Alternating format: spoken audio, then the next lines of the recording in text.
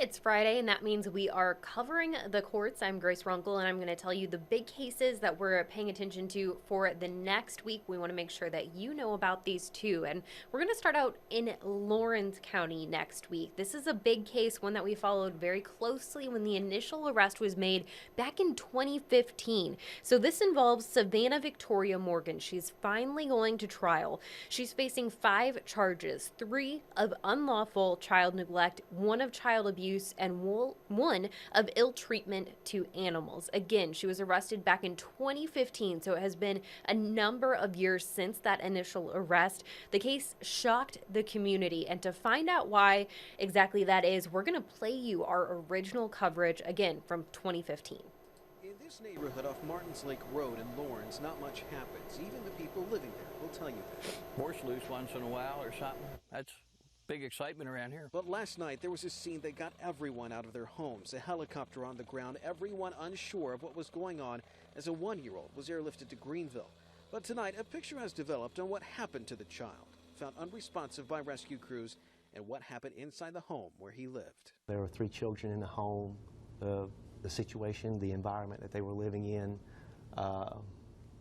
gave probable cause that there was neglect there. Inside, the sheriff says there was a home of disrepair filled with nearly 100 dead or dying animals, dogs that are now alive but in bad shape and in need of attention. But Chastain says there were other animals, from rats to snakes to tarantulas, all reportedly in reach of the children.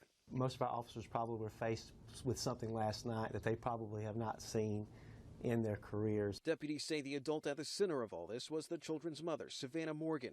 She appeared in bond court by video link this afternoon, facing charges of abusing animals as well as her own children. Investigators say Morgan changed her story from her son having a seizure to her accidentally dropping the child, causing the child to be unresponsive. But investigators told us tonight that the injuries the toddler suffered are more consistent with a car accident than a drop. At the bond hearing this afternoon, some encouraging but bittersweet news on the little boy. I found out this afternoon that the child is a little bit more responsive than it was last night, but this child is looking at a major road to recovery. All while his mother sits in a jail cell and a community sits by in shock. All I can say is it's a darn shame, you know, a little kid. Story that absolutely shocked the community at the time, and I'm sure is shocking a lot of people new to the area. Once again, we do want to let you know that her husband, Matthew Batten, was also charged with 3 counts of cruelty to children. He actually pled guilty to those charges in 2018 and was sentenced to 1 day time served, and he also had to pay his court fees. But of course, we're going to be watching Savannah Morgan's trial very closely, and we'll keep you up to date every step of the way. Next, though, we're going to be moving on to Anderson County. William Calvin Black Jr. is going to trial, charged with the 2021 murder of 48-year-old Todd Craven. This is video from the scene. Craven was found on the side of the road with traumatic injuries.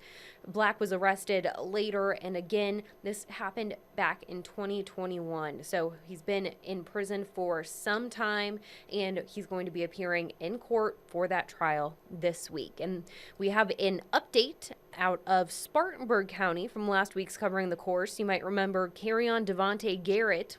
He was charged with the murder of 15-year-old Knowledge Jeter. We're showing you some photos and video of the crime scene and the hospital where Jeter unfortunately later died. He was murdered in 2019. Garrett pled down to voluntary manslaughter. He was originally charged with murder, and he again will spend the next 15 years behind bars. And you're going to want to make sure that you continue to check back with us here at Covering the Courts. We're going to walk you through some updates in these cases next Friday. And of course, we're going to tell you about the new cases that you need to keep an eye on.